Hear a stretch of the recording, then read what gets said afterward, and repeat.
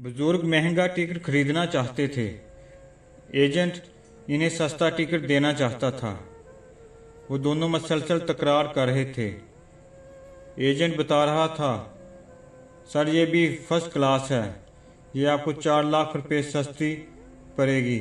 लेकिन बुजुर्ग का कहना था, बेटा मैंने आपसे सस्ती टिकट का मुतालबा नहीं किया, मुझे ऐसी फर्स्ट क्लास चाहिए जिसमें बेड लगा हुआ हो। मैं हवाई सफ़र के दौरान बेड को एंजॉय करना चाहता हूँ। एजेंट ने इन्हें समझाने की कोशिश कर रहा था, सर ये सीट भी पूरा बेड बन जाती है, आप इसे भी एंजॉय करेंगे, आप अपना पैसा बिला वजह ज़ाया ना करें। लेकिन बुजुर्ग डटे रहे। उनका कहना था, मैं महंगी तरीन सीट ही लूँगा। मैं ये तकरार मज़े से देख रहा था। तकरार के आखिर में फैसला हो गया। एजेंट ने बुजुर्ग को सीट दे दी। वो सीट इन्हें 13.5 लाख रुपए में पड़ी। ये बहुत बड़ी रकम थी, लेकिन बुजुर्ग ने चेक बुक निकाली, दस्तखत किए और चेक एजेंट के हवाले कर दिया। मैं इस फजूल खर्ची पर हैरान हो गया। मैंने ज़िंदगी में पहली मर्तबा किसी शख्स को इतना महंगा टिकट खरीदते देखा था। चनाचे मैंने उनसे माजरत की और आजिज़ी से पूछा, सर आप क्या करते हैं? वो मेरी तरफ मुड़े, गौर से मुझे देखा और मुस्कुराकर बोले, मैं कुछ नहीं करता, मैं रिटायर्ड लाइफ गुजार रहा हूँ। मैंने पूछा, आप रिटायर होने से पहले क्या करते थे? वो बड़े प्यार से बोले, मेरी कपड़े की दुकान थी। मैंने पूछा, दुकान या फैक्ट्री? वो बोले, 15 बाई 20 फुट की छोटी सी दुकान। मैंने पूछा, क्या ये आपका कुल कारोबार था? वो हंसकर बोले, हाँ 100%। मैंने रावलपिंडी में 40 साल कपड़ा बेचा। मैंने पूछा, आपके पास फिर लंबी चौड़ी ज़मीन जायदाद होगी? वो फौरन बोले, हरगिज़ नहीं, बस एक अबाही घर था और 2 दुकानें थी। दुकानें दोनों बेटों ने ले ली हैं। मकान मैंने आधा बेच दिया है और आधा बच्चों को दे दिया है। मैंने पूछा, क्या आप बच्चों के साथ रहते हैं? बोले, हरगिज़ नहीं, मैं 2 साल से होटल में रह रहा हूँ। साल में एक बार मुल्क से बाहर जाता हूँ, रेस्टोरेंट में खाना खाता हूँ और बस। मेरी हैरत आसमान को छूने लगी। मैंने अर्ज़ किया, फिर आपने इतना महंगा टिकट क्यों खरीदा? मैंने आज तक अमीर से अमीर तरीन लोगों को भी एक सफ़र पर 13.5 लाख रुपए का टिकट खरीदते नहीं देखा, और आप बज़ाहिर अमीर भी नहीं हैं। चनाचे मैं आपकी फजूल खर्ची पर हैरान हूँ। बुजुर्ग ने कहका लगाया और फिर ज़िंदगी का एक नया रुख मेरे सामने रख दिया। वो बोले, मैं रावलपिंडी में कपड़े का कारोबार करता था। दुकान अच्छी चल रही थी। 2 बेटे और 2 बेटियां थी। बीवी नेक और घरेलू थी। मैं फैसलाबाद के एक मिल ओनर से कपड़ा खरीदता था और वो कपड़ा परचून में बेच देता था। मैं हफ्ते में एक बार फैसलाबाद जाता था। मेरी इस आमदोरफ्त की वजह से वो मिल ओनर मेरा दोस्त बन गया। वो जब भी रावलपिंडी आता था, वो पीसी में ठहरता था, मुझे दावत देता था और मैं उसके साथ खाना खाता था। वो ग्रिल फिश बड़ी रगबत से खाता था। वो मुझे बताया करता था, वो दिन में एक बार सालमन फिश ज़रूर खाता है। मैंने उसके साथ सालमन फिश खानी शुरू की तो मैं भी उसका आदी हो गया। मैं भी फिश खाने लगा। हम दोनों दोस्त थे, लेकिन फिर उस बेचारे का डाउनफॉल शुरू हो गया। पाकिस्तान में लोड शेडिंग का मसला पैदा हो गया। हुकूमत ने टैक्स बढ़ा दिए, फैक्ट्रियों में यूनियन बन गई, रॉ मटेरियल भी महंगा हो गया और अगवाई बराए तवान और बत्ताखोरी भी शुरू हो गई। बांग्लादेश ने इस दौर में टेक्सटाइल इंडस्ट्री को टैक्स फ्री कर दिया। मेरा दोस्त बांग्लादेश गया। بنگالی بزنس مین کے ساتھ جوائنٹ وینچر کیا اور اپنی فیکٹری بنگلہ دیش شفٹ کر دی۔ وہ بنگلہ دیش میں کامیاب ہو گیا، لیکن پھر دونوں پارٹنرز کے درمیان اختلاف ہوا۔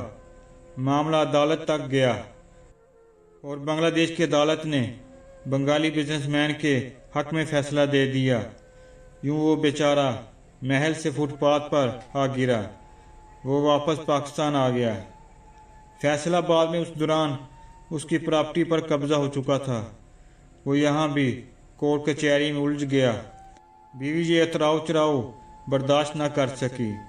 وہ بیمار ہوئی اور انتقال کر گئی۔ اس نے لاہور میں ایک انڈسٹریل یونٹ لگایا۔ وہ یونٹ بیٹے کے حوالے کیا۔ بیٹے نے وہ برباد کر دیا۔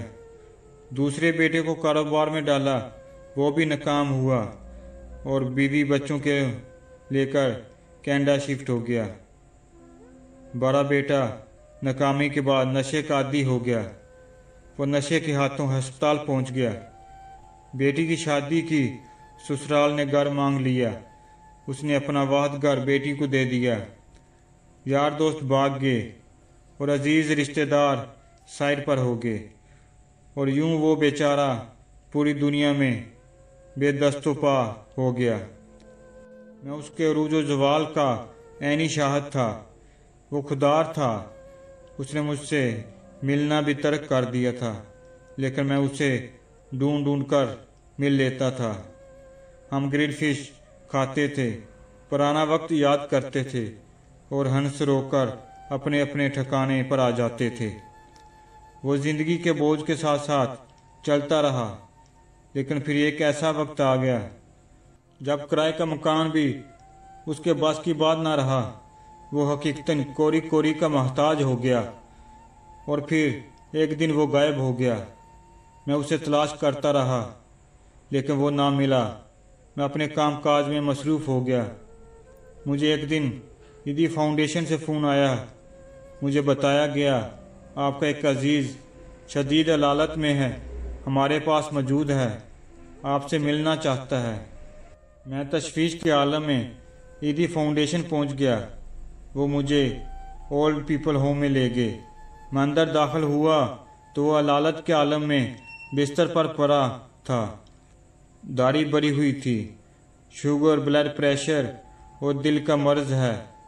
دل کا مرض بے قابو ہو چکا تھا اور وہ حقیقتاً ہڈیوں کا ڈھانچہ بن چکا تھا۔ میری آنکھوں میں آنسو آ گئے۔ میں اس کے پاس بیٹھ گیا۔ وہ مجھے دیکھ کر مسکرایا اور آہستہ آواز میں بولا، یار شکور صاحب، گرل فش کھانے کا بہت دل کر رہا ہے۔ میں نے فش کے لیے لالچ میں ان کو آپ کا نمبر دے دیا تھا۔ میں آنکھیں پوچھتا ہوا اٹھا، پیسی گیا، گرل فش پیک کرائی اور اس کے پاس آ گیا۔ اس نے بڑی مدت بعد اچھا اور صاف ستھرا کھانا کھایا۔ میں اس کے بعد روزانہ اس کے پاس جاتا۔ ہم گرل فش کھاتے اور دھوپ میں بیٹھ کر گپ شپ کرتے۔ میں نے اسے اپنے گھر لانے کی کوشش کی، لیکن اس نے انکار کر دیا۔ بہرحال قصہ مختصر، وہ بہتر ہو گیا۔ وہ اب چل پھر بھی سکتا تھا اور اپنے کام بھی خود کر سکتا تھا۔ اس نے اس کے بعد اپنی باقی زندگی ایدی فاؤنڈیشن کے لیے وقف کر دی۔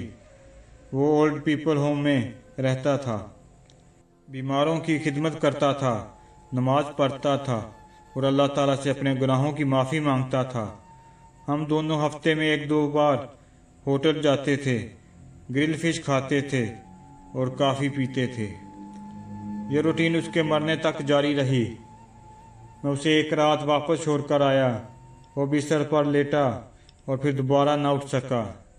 ہم نے اس کے بچوں سے رابطے کی کوشش کی، لیکن کامیاب نہ ہو سکے۔ ہمارے پاس کینیڈا والے بیٹے کا نمبر نہیں تھا۔ دوسرا بیٹا ہسپتال میں زیر علاج تھا، اسے ہوش نہیں تھا۔ بیٹی خاوند اور بچوں کے ساتھ چھٹیاں منانے کے لیے یورپ گئی ہوئی تھی۔ ہمارے پاس اس کا رابطہ نمبر نہیں تھا۔ عزیز رشتہ دار اور دوست احباب کو بلانے سے اس نے روک دیا تھا۔ وہ وصیت کر کے مرا تھا،